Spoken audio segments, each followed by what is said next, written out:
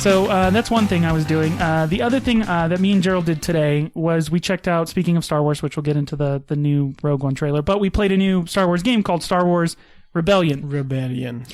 Fantastic game so far. We didn't even finish the first game because this game is meaty. And we were playing some things wrong too. So it's a good intro to how to play. Yeah, and so it's essentially kind of a 2-player game where you could play 4 players where it's 2 teams. One team or one player is the Rebel Alliance. Yep. And one player is the Galactic Empire. So it takes place essentially through the course of episodes 4, 5, and 6. So you get to play through the original trilogy. Mm-hmm. It has all the characters. We sometimes will play Star Wars games and the characters you love, like Han Solo and Luke, they kind of show up. Yeah, barely ever. Right. This game, they're there. It is the game. So we're putting them on missions and stuff like that. It's really cool because the base mechanic of the game is the Rebel. There's 32 planets on this giant board. It's 2 giant boards. It's this huge system of all the different planets in the Star Wars universe. Mm-hmm. And at the beginning, the Rebel player picks a planet out of this deck. And that's where their secret base is. Remember in the movies, where's the secret base? Tell me where the secret base is. They're on Dantooine. And so, but what the Imperial player is trying to do is find that base and then destroy either the planet or kill all the rebels on it. Very simple mechanic, but it's this hidden. No, I mean it is. Death Star. You get the Death Star, and one of the things you can do is, as an Imperial player, if you do enough things you can do these, what are called, I think they're called project cards. You have to build up to these project cards. You can get the super laser to fire up and then blow up a planet, and then what? No, I'm saying, I'm just looking at him that's what power he gets. Rebellion gets nothing. Yeah. Right. No, it definitely makes the Rebellion feel like a bunch of scrappy, holy he crap. gets to build an ATST, I get one guy. Yeah, I get what the heck? Man? Wow. Yeah, so what the way that like I said, the Imperial player wins is by finding the base and destroying it, and he wins by basically building his reputation up enough and get enough loyalty throughout the galaxy to be able to uprise against the Rebellion. So it's this go ahead. No, it's not against the Rebellion, right? I mean against the Empire, sorry. Yeah. So I played as the Imperial player. Gerald plays as the Rebel scum. It's tough to be the Rebels because it's constantly just you're overrun, which is great. That's how the theme of the movies work. And I was playing it wrong. I was trying to build a force to go fight him on Naboo, actually. Yeah. His sand gets everywhere, so uncomfortable. anyway, but I got wrecked, and I thought I had even forces. Yeah, you came in with a Corellian Corvette. Man, I got wrecked on the first round of the battle. It's a different play style. I mean, you'll kind of have to jump around. A lot of the way the rebels win is by getting influence on other planets in the galaxy, and then you complete these cards where it moves this one track up, and that's how the rebels win. Yeah, it seems pretty in depth game. Just looking at it is. Oh, it's definitely in depth. Yeah, in depth. Anyways, but that's what you do as a rebellion. So it's not about fighting. It's more about defending, running away, and just trying to get influence where you can. Yeah, it's a guerrilla warfare. You take your moments when it looks like when I'm weak, take me out.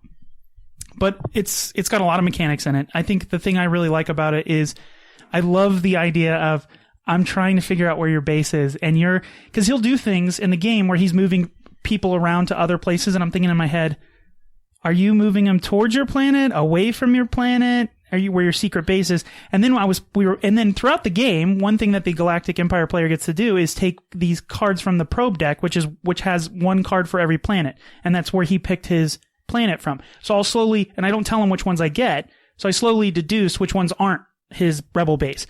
So I can slowly, eliminate potential planets and lower the focus of, because if I ever get on his planet, if I ever land ground troops on his planet, he immediately has to tell me that's where my secret base is, and now it's on. Right, I'm bringing the Death Star out of there. Yeah, and he has cards that allow him to mobilize and go to maybe another planet, but he's got to do a couple of things in that amount of time. There, yep. So I just love secret movement in games. Are there penalties for blowing up the wrong planet? No. I mean, no, because planets give your faction, if you have control of it, abilities to build more units and stuff. So if you're eliminating a planet, you're eliminating where you could have potential resources. And this is again where but there's you're destroying planets. There should be some kind of negative. Cool, right? Yeah. Well, what's interesting? So again, giving the Imperial player a lot more power in this game. Every planet that he gains loyalty from will start manufacturing units for him, like rebel troops or X-wings or different things like that. But he has to gain their loyalty first of that planet. I just have to land ground troops on there, and then I will subrogate them to do it for me out of fear. But I can get them to become loyal to the Empire and give you more resources. Give me extra resources, but it's just cool. It definitely feels like the movie. The Rebel Alliance was hanging on by a string. I mean, remember in Hoth, they had all the wires run the conduit running through the hallways. Like, it's not a nice operation, whereas the Empire has the nice... Everything is perfect, all this, it's like, it's fantastic.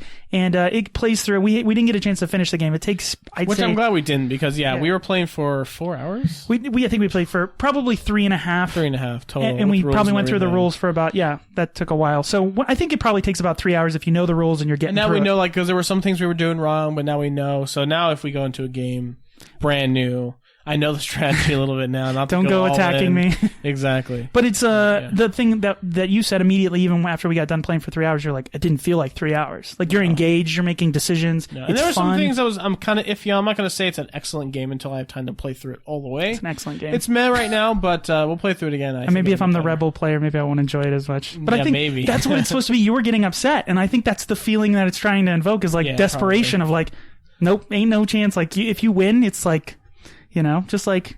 Yeah, it's 2 meters. Cool. Do you never get to win as the Rebel? No, you do. No? You do. Because if you don't, then that's no fun. No. Like, I've seen the movies. I know how this works. Eventually, I win. So that's one thing I was doing. But speaking of Star Wars, go ahead. I have another speaking of Star Wars thing. Okay, go ahead, and then we'll get into the trailer. So rewatched Force Awakens.